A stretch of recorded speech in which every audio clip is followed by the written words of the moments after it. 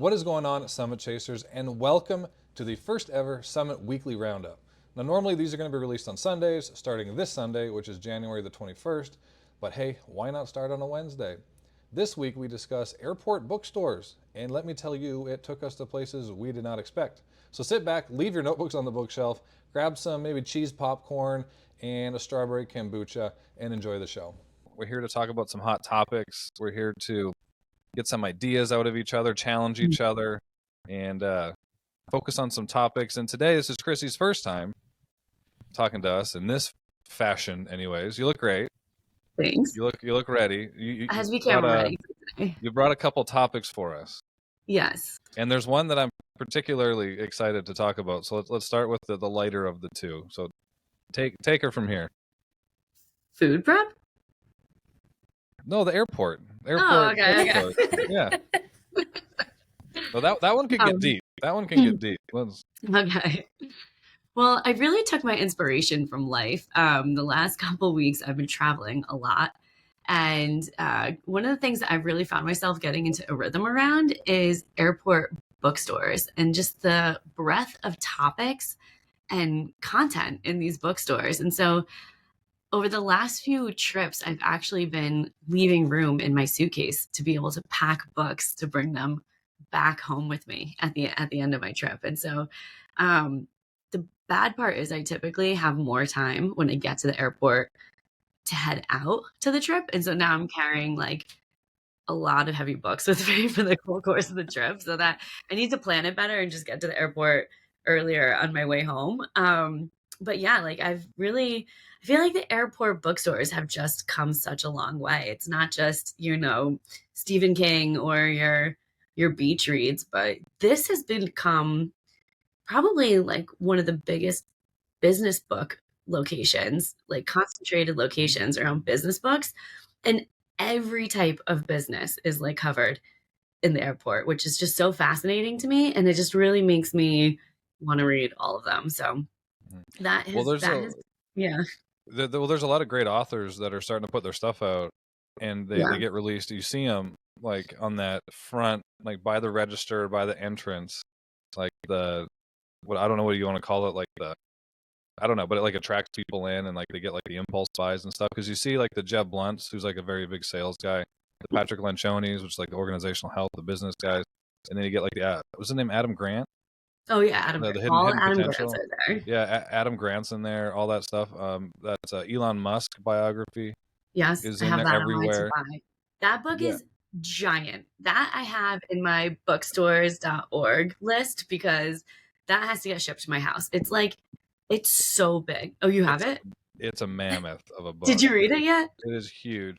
I got a little bit of the way in, but it's not. I got other priorities right now. I'm just definitely on my list, but that's like it's going to take some time. And I know a couple people. I interviewed somebody who read it, and he said he took a ton of notes. So I kind of want to, when I'm not reading as pointedly as I am right now.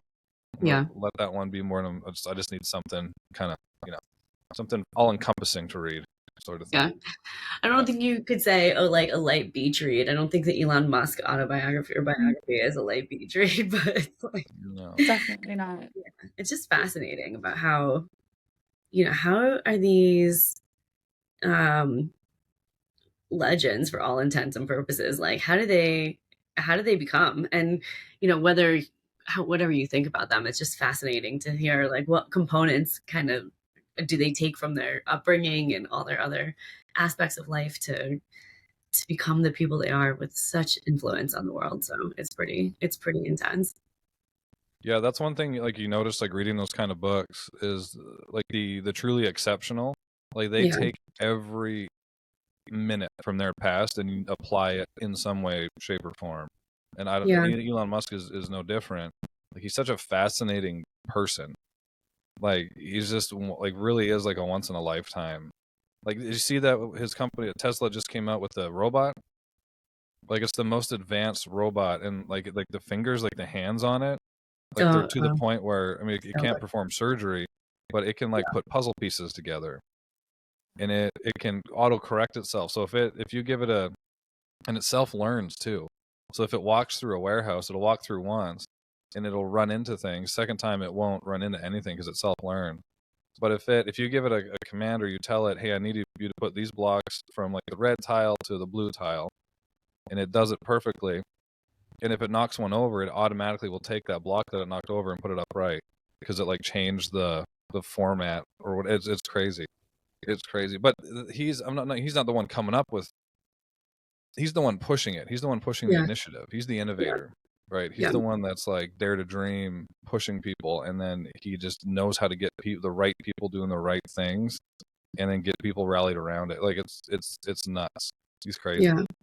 So yeah, people like that. It's so fascinating to learn about their backgrounds. Just they use every little ounce from their experience that they can, and put it into something Just like completely. thinking about the problem sets differently too. Like I'm reading this book right now. It's called Invisible Women, and it's about how the world has been built on data around men, like the presence of men, and how women are not um, represented. Like they don't break out data by gender in the way that they're building public transportation or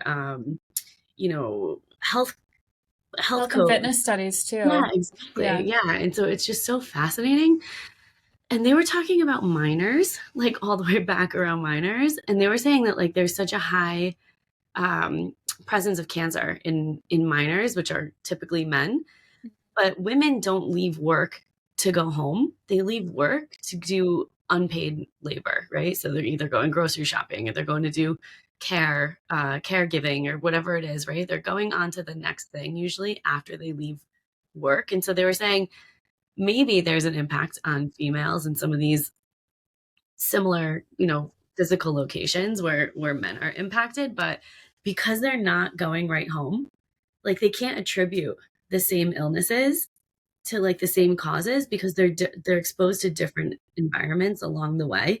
So they're saying, oh well, maybe it was something like that. It almost like dilutes the impact that it's having on women versus men. And so it just made me think a lot of like, how are we not like I've been thinking a lot about the role that data or data processing takes in the way that I kind of do my work or go about my day. And it's like we almost like stop solving problems too early. And I think this goes back to like Elon Musk's, the point you were making about Elon Musk of like, how do we make sure we're continuing to think past the initial problem to be like all encompassing of like possibility or complexity or, yeah, just like the dynamics of how people live their lives every day or have the possibility to live their life. Like this is very deep, but I think like it's really been making me think about like what are all those adjacencies that I'm not even considering, Yeah, it's almost like we're too scared to keep asking questions. Like we think we have the answer, so we don't want to keep digging. Yeah. Right. And then it almost like blinds us to keep asking questions, where then you get these other people who will keep asking questions and then keep solving for problems we thought previously to be impossible. Yeah. So we just stopped asking questions altogether because we're like, we can't put anybody in. Like no one can live on Mars. So I'm going to stop asking the question on how we can make that happen. Right. Or to your, like, we have an answer where, okay, this is why this general population is getting cancer. Right, we think we have a pretty good hypothesis as to why. Let's stop asking questions as to like what else it could be. We Let's go solved deeper. It. Yeah, exactly. Yeah, like we got it. We're good. Like we're never gonna learn more about it and can't solve any more problems that can come out of it. We stop asking questions. We just want to move on to the next thing. Yeah. I guess on the other side of that, though, it's like you could keep asking questions forever, and then when do you actually stop and just start solving something, right? In order to like start moving forward. Yeah. So it's a balance. And I think about that a lot with like innovators or, business leaders and things of that nature of like, we could think of ways to solve every problem, but then we actually oversell, you know what I mean? Or like, you don't actually, finish what's in front of you because you want to keep, you're like thinking broader and broader and broader. And I think that's a good, there's some discipline aspect to that of like, how to keep asking the questions, but then finishing the work in front of you, you know? Yeah. Yeah. Yeah. Well, that's up to the next generation. Like Elon Musk needs to solve the problems that he wants to solve right now, but then somebody else needs to come in and like, okay, what did he miss? I was trying to prove him wrong. Like that was a Stephen Hawking's thing when he finally hypothetically proved his theory correct. Someone asked him, okay, well now what are you going to do next? He's like, I'm going to prove myself wrong. Right? I don't think a lot of like we just don't do that. Right? We try to keep going down the same path as I'm going to keep solving this same problem as if I've already solved it, right? As opposed to, okay, well, I'm just going to try to prove myself wrong and figure out something else. But again, I think to your point, though, I agree. Finish what's in front of you. Then it's up to like the next generations or to somebody else. You like to keep asking questions, right? So that I love what you just said. I hadn't heard that before about Stephen like wanting to prove himself wrong. I think a lot of people are scared to do that because then they think that they'll lose the following or the trust if they then prove themselves wrong on this big idea maybe that they had. That's really an interesting way to go about challenging yourself to never quit developing and growing. And who cares what the optics are? Who cares what it looks like? If you do end up proving yourself wrong, you've now made that much more of an impact because you push through that and challenge yourself to figure something out more. Mm-hmm. Well, that you ask better questions when you're trying to prove something wrong, right? It's just inherently we look for things in a negative light. Like that's the way our brains are wired. Like our brains, like we were prey animals not that long ago. Our brains are wired to look for things that like what's going wrong, where's a danger, what's like that pen is out of place. Like that's why we know. Like if we live by a highway, you first move into a house, it's on like a busy road, it sounds loud, right? Your brain's not used to it. Eventually, it gets a lot quieter. Sure, you might hear the odd, the average horn honking and that kind of stuff, but our brains are lazy, right? And it knows, okay, that's not a danger anymore, so I can ignore it now, so we don't hear it as much, right? So if we keep, we think something to be true, or we keep seeing things in the same light, our brain can't see different angles. It's almost blind to it. Whereas if we try to keep finding something, we try to find like prove it wrong, like find what's missing, find what's broken.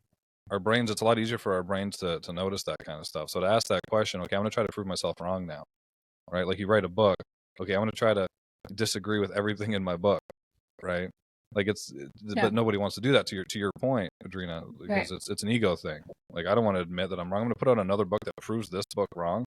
Right. It's like, well, I'm not saying you have to do that. Like, don't be like name of book 2.0 why I was wrong, right? But the research will be a lot more enlightening when you ask those questions. At least you have more opportunity to be more enlightening. It might not be completely true, but you have more opportunity to be more enlightening that way. So that's super. See what I meant though? Like where we could go. We're just talking about books. Talking about books and in an airport. Oh my god, yeah. You walk through one airport and your brain will never stop asking questions. Like, believe me, you're like, what? Where is this person going? What is that person doing? Like, Yeah. Well, I think to your like when you're traveling, like I think if you're traveling for work or visiting family as holidays or vacation, I think your brain like you're automatically just more open to things. So it's a really fun time to go look at books. Because you could be going somewhere completely different than where you're from. So you're automatically just more open and like you're willing to take different things in. So you go to a bookstore and you might notice books that are there that you wouldn't have looked if you intentionally went to a Barnes and Noble or a Books A Million or whatever, and you're like, okay, I want a book on business or whatever. I want a book on XYZ. That's a good point. Right? Like you're already there anticipating something different. So you're like mentally in a growth mindset place, right? Or hyper awareness, I think that's a really good point. It's like that is something to be said around like the importance of your environment, Big time. It can shift like when we were at everything. Oh yeah. Remember when we were at that human interaction technology workshop and like every hour or two he made us get up and move? Because if we got too comfortable in that environment, we would stop. Like we start like I was saying before, if you're in the same environment forever, you miss things. Like you're more likely to tune out. And what do you mean? Like, let me just clarify that. He actually made us get up out of our chairs and go pick a different chair to sit in. And what he would say is like, go to the spot where you think that you're going to learn the best. And so we were constantly switching where we were sitting, which then re-engaged us. But then also you can create anchors throughout the day. So you could think like, okay, I was like sitting on the right when he talked about this specific topic, and you like truly anchor yourself to that seat and what you were able to take in while you were in that location. And then you would shift to a different location. You're like, okay, he talked about this when I was sitting here. And it was really interesting seeing how those anchors helped you retain information a lot better too. Because it's almost like I remember where I was when I heard this thing. Right. Yeah. Right. Yeah. Like yeah, I can still, time. we were at an event in October, same guy, Michael Burnoff. And we went through the 5 rights of human beings: right to be, right to need, voice, independence, and sexuality. And I can still see in the room where each of those were. Like it's crazy how impactful it is in your environment, and also just the way that you set up a room, knowing, okay, that back right corner was this right, the back left corner was this right, and like it truly just sticks in your mind. So yeah, it's fascinating. Well, that's like when we're go ahead. No, go ahead, Zach. Go ahead. Like when I'm shopping, even at the Barnes and Noble I used to take the kids to in Vegas, or the Books A Million that's here, I couldn't even tell you what's in the rest of the store, but I know exactly where the business books are. Yeah. I know exactly where, but I have no idea what else is in there, right? Because I'm anchored to that, like almost like that is the bookstore for me. Like it's just that one section, and where those cool journals were. But and same thing in Barnes and Noble, I know that one little nook that we would hang out. And remember that guy that was always there? Yeah. Always say he was like part of an MLM. Would always try to talk to us. And just happened to be there whenever we were there. I know that, and then I know where we would read the kids like the stories to the kids when we would take them there. Like other than that, I have no idea what else is in that store. Because that like those points are just anchored for me, right? Like it's really interesting. But you go to an airport, you got other than the airplane, you got nothing. Yeah. Like your mind's just like, I need to figure this out. I need to explore. Right. I just want to take things in, right? Adrina, how has that changed the way that you work remotely? Like knowing the importance of physical anchoring. Now, when you're at home, like how do you think about your space? That's a really good question. I know, like, I feel very, very switched on when I'm sitting actually in the space that Zach is sitting in right now. When I show up there, I know that it's like focus, work time. I will, though, bring my work to the couch sometimes, but it's a completely different energy shift that happens. Yeah. But I also think that you can create anchors via communication too. So it doesn't necessarily have to be to locations and certain environments, but yeah, I definitely switch. I've never thought about it like that. Yeah, when I'm in our office space, I know that it's work time. And I also, because I worked remote for 9 years, so even prior to COVID, we had always been remote. And probably the first 5 years, I spent working between an office area and the couch. And towards like the last 4 years that I was in that space, I only worked in my office, and I felt far more productive when I was actually in the office rather than trying to work from my couch. It's a huge difference. Yeah.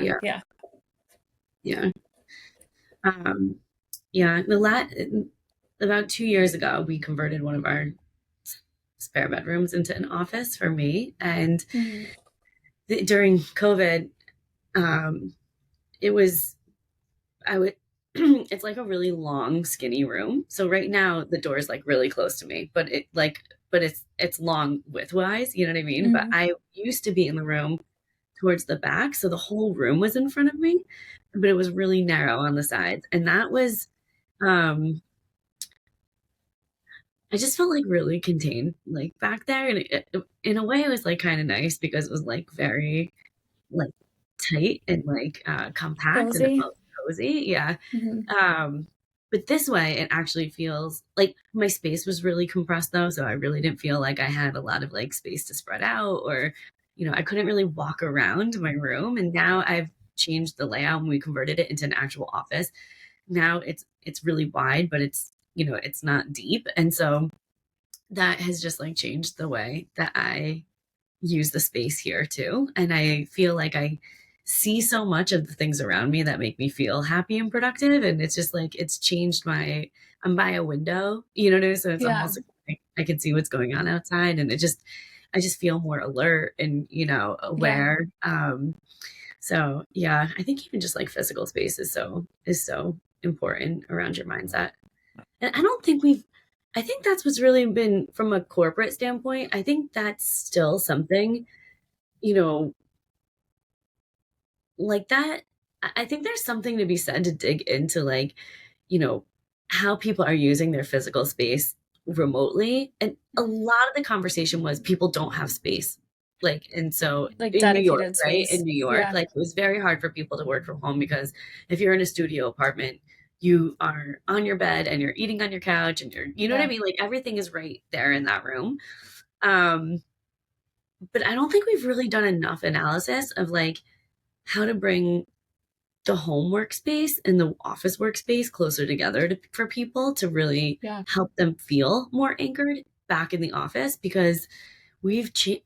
I think we've changed our brain chemistry on physical work locations, and it's just interesting to think about why there's like such a resistance around the physical office space, like to come back to, even if not full time, right? But just like Hmm. there's just such resistance in some pockets, to come back and yeah, thinking about like how to create those anchors for people back in the office, I think is going to be really, really important. Yeah, that's a good point. It's kind of twofold too. Like I think a lot of people, I mean, there is going to be some. I mean, they don't want to have to get up earlier. They don't want to have to drive or take a bus or the train or whatever it Yeah, is to work and that kind of thing. And so there's going to be a lot of that. Like it's just the way it is.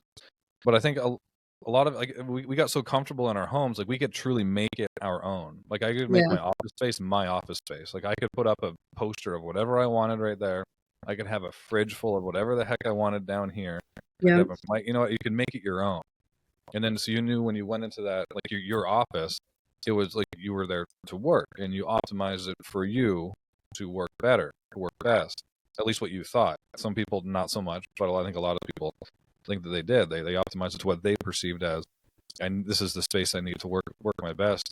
So then to do that, it's harder to do that at an office because then you have to buy another set of Yeah. motivational poster for this. I have to Mhm. my office will look a little bit different than Susie's over here, and I might get in trouble. Right. HR won't let me have a coffee mug that says this, right? So just it's that like the allowance of that self-expression. Like Yeah, truly, what do you need to perform at your best? Like, I mean, we bring it to sports. I mean, you get like hockey players. Like I had a pair of socks that I would wear into my hockey skates every game. If I was not allowed to wear those socks, I felt like I was never going to be able to. It was just it was silly, but it's what I needed to perform optimally, right? Or I needed my equipment. If I had to go use somebody else's equipment on the ice, like Yeah. it'd feel odd. So then us going into the office or somebody having to go into the office and it just not being their space, like they can't get into flow, right? yeah, Because like I said, our brains are lazy. So if we're constantly seeing things that are odd to us or just aren't us, right? Isn't pointed to me, then I'm not going to perform as well. I'm not going to be as comfortable. yeah, Right? So we I can kind of allow that, our people when we come in to optimize their space for them. I mean, I think that would go a long way. I love what you just said about the allowance of self-expression within the yeah, workplace. I kind of want to dive into that because I think that corporate has changed a lot, but I think like know what you guys think. I feel like Gen Z gets a bad rap, but I feel like they are actually kind of changing the game with that, with the allowance of self-expression within the workplace. Like they truly are a generation that shows up as they are. They dress how they want to dress. Like I've walked into more professional settings or be scrolling on TikTok and I'll see these girls doing their outfits as like teachers or in a corporate office, and they are just themselves, and they are not like the typical outfits that I think we would have been allowed to show up in an office in. Like I remember when I worked in an office, gosh, like 13 years ago, like you could not have your stomach showing. You could not wear anything tight. You had to be a little bit more reserved. And now girls will show up in the office in crop tops. So I think that we've really come a long way with that allowance of self expression. But I think that there's a lot of work to be done. And it's really interesting concept because we should be able to show up as we are in a workspace and still be taken seriously, regardless of how we choose to like present ourselves, I think. Yeah, yeah, I think it depends on the role. It depends on like what's the outcome I'm looking for. Like if you're, I mean, I've quoted this book before, but like the No Rules Rules, like the Reed Hastings, the Netflix CEO, a former CEO. Um, if you have a group of people, if you have a department, and it's a very creative department, like you need these people to create, you need freedom, you need them to be completely outside the box.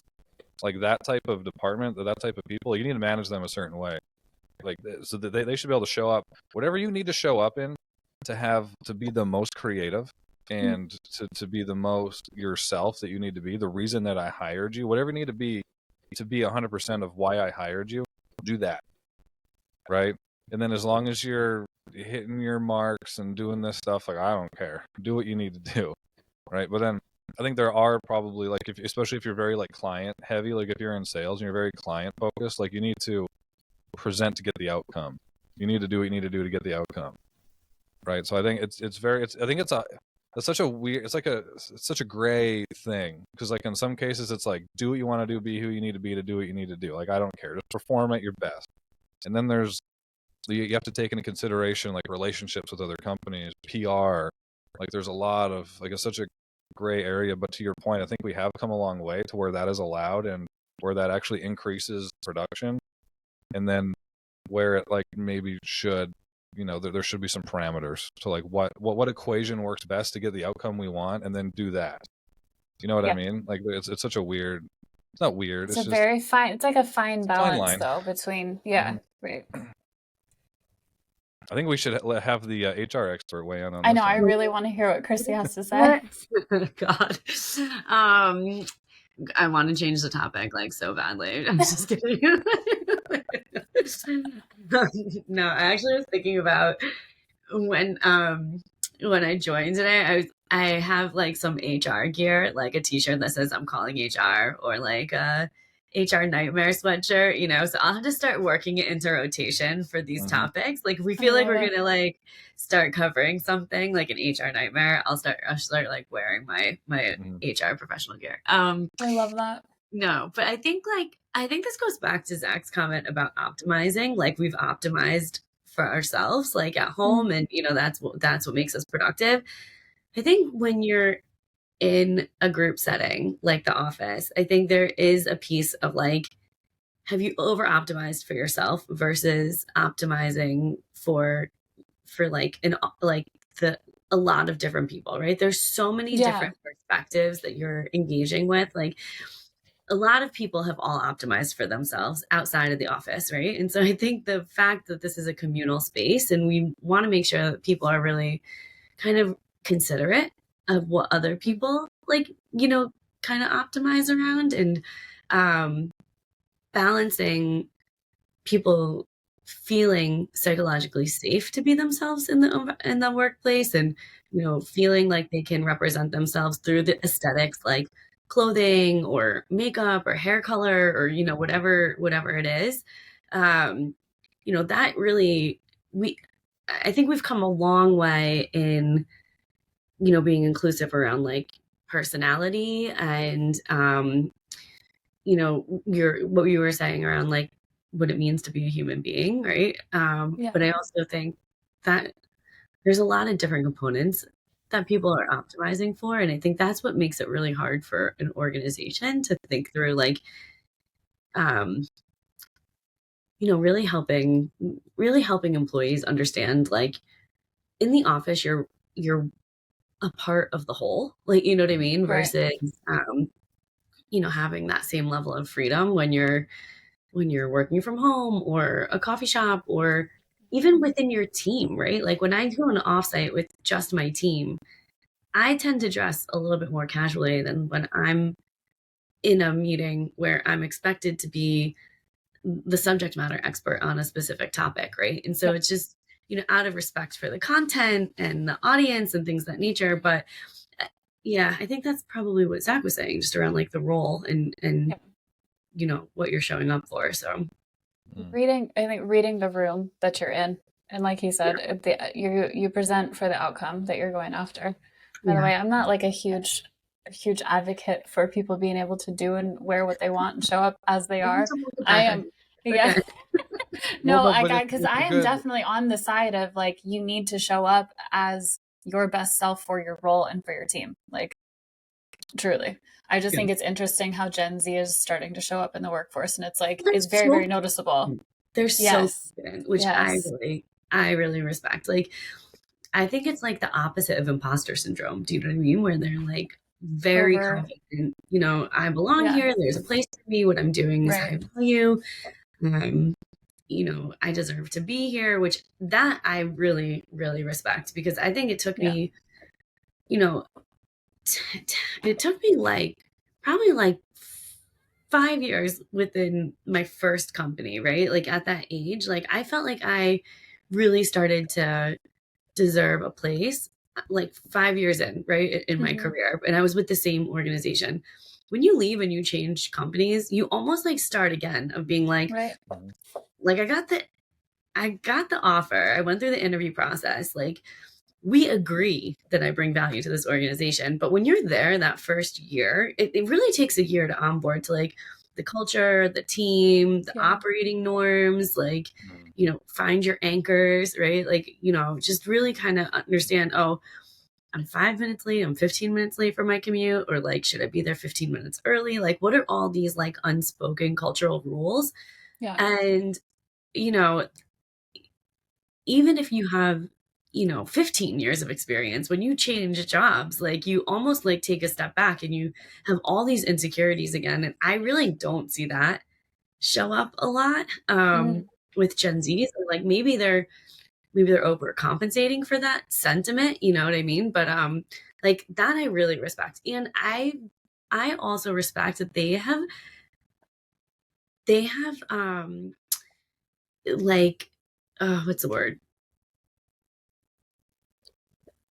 Shorten this pause, Zach, when you're editing this video, I but guess. like they've like really like held companies accountable, you know, to like give me a good like, you know, pay me what I'm worth in the market. Put a solid onboarding plan together. I don't know if you guys saw on TikTok, there was a girl who was like fired from her graphic designer job after 6 days, and she said the company didn't have an onboarding plan for me. And, you know, as HR, I'm like, okay, well, the onboarding plan is always as good as the manager who's onboarding the Mm. employee, right? Um, and of course, like part of it is also like giving that person has to lean in to help kind of navigate some of that. But on the other half, I'm like, she's not wrong. Like if you're going to go and ask someone to trust you with their career and join this organization, whether they are out of school and this is where they're coming, or you know, this is their first role, like regardless of how they're entering the workforce, like if this is their first role and this is the company they're going to put their name behind, you do owe it to them to have like an employee value proposition of like, Yeah. here's what we commit to you, right, in exchange for you trusting us with your career.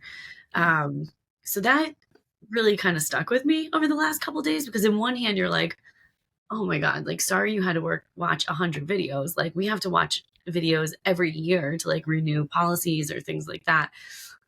Like, training videos are going to be a part of your life forever and ever, you know. Right. But, you know, it's the ability to start to anticipate what you should be thinking about or seeking out information. But the other half is like, we really need to get it together. Like, I don't think that the companies have not really done a great job of onboarding and helping people integrate into the Yes. cultural norms, help seek out those anchors. It's like information overload, and you're like, I don't know what Yeah. I should even be processing here.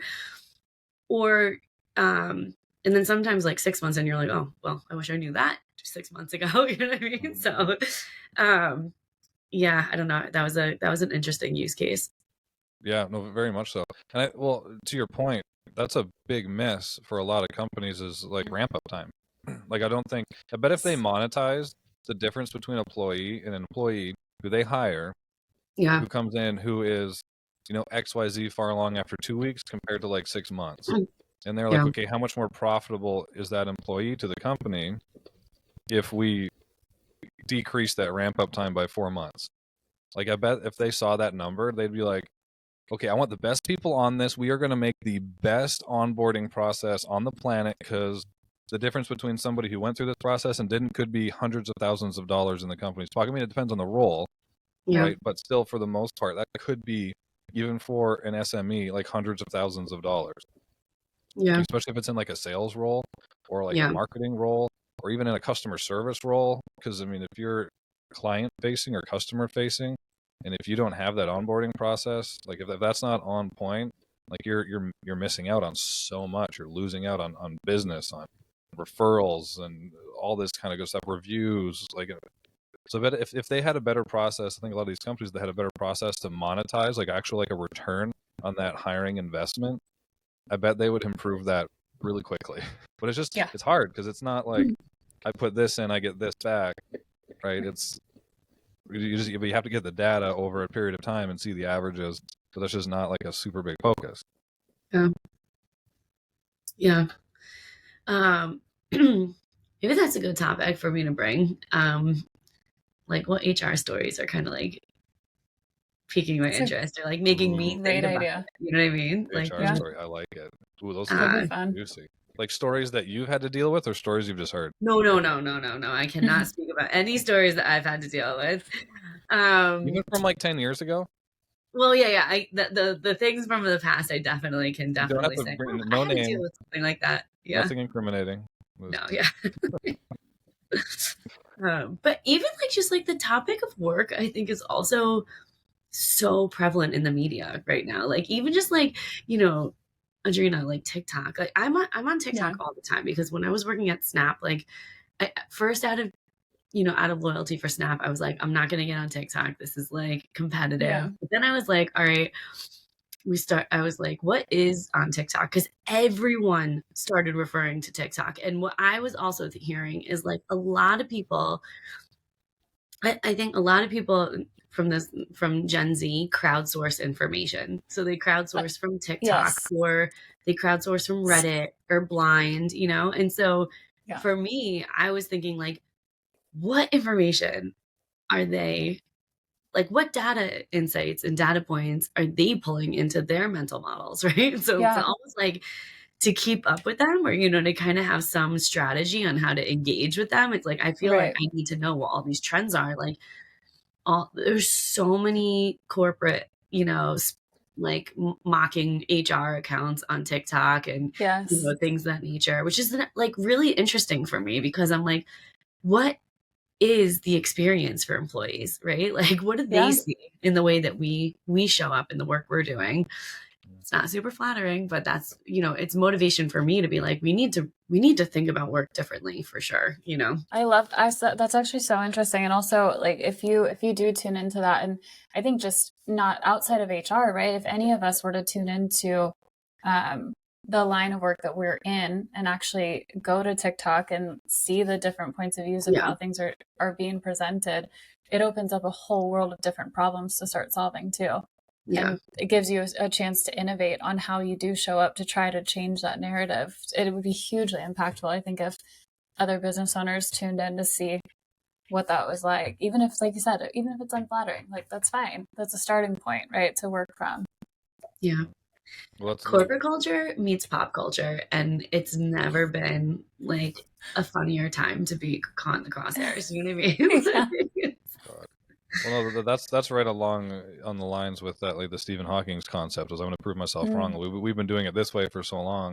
Yeah. I'm going to go like let's do research, and I mean research could be scrolling on TikTok for an hour. I'm not going to judge anybody, but you're finding answers to questions you didn't want to ask, or you didn't want to know the answers to, because you were, like you said, a lot of people were scared to know the answers. Like, you didn't know you needed to know the answers too, right? You have no idea. Yeah. You find questions. Like, yeah, exactly. You have no idea. But be curious. I think that's the overall lesson, is just to keep being curious. Totally. We did 100%. A full circle there. Exactly. And I think that was a great time to end this. See, one topic, that's all we needed. One topic. It started at the airport bookstore and it ended on go to TikTok to solve all your problems. Open your mind. Yeah. Yeah. I think that's the lesson. I think that's what people are going to get out of this. It's I got out starting of with it. like open your brain and read and grow your intelligence to go like rot your mind on TikTok. Yeah, No, go on just TikTok. kidding. That's all you need. That's all you need. Don't go read a book. Just go on Yeah, TikTok. I'm exactly. cutting Just go that to part out. TikTok. I don't want Yeah. that in there. Yeah. Even if they know it's a joke. I don't want that. Media is media, right? Yeah, exactly. Yeah. But thank you very much, ladies. This was a very enlightening conversation. I So mean fun. that. I think a lot of people are going to get a lot out of it, and I'm excited for the next one. How often are we going to do these? Monthly, did we say? We had so much fun. I thought maybe it would change. I don't know. We're going to do it I every. mean, I would love week, to. I can do every it other more day. than. I don't know. I could do it more than monthly. Yeah. This is fun. Yeah. Weekly. Well, we'll see. We'll Do we see how wanna it goes. try? We'll see everybody who's listening and watching this likes it, because that's what really matters. It's not about Yeah, us. That It's is what about you. matters. This Yeah. is true. But thank you very much, everybody, and I can't wait to see your reactions. Post some questions, anything like that in the comments, anything you want to see more of. You probably want me to talk less. You probably want to see more of them, which is totally fine. I understand that. But until next time, thank you so much for watching this video. Make sure you subscribe and hit the bell to get notified. We release new content all the time. Comment down below all your takeaways, feedback, or any questions that you may have for us. We can't wait to see you in the next one.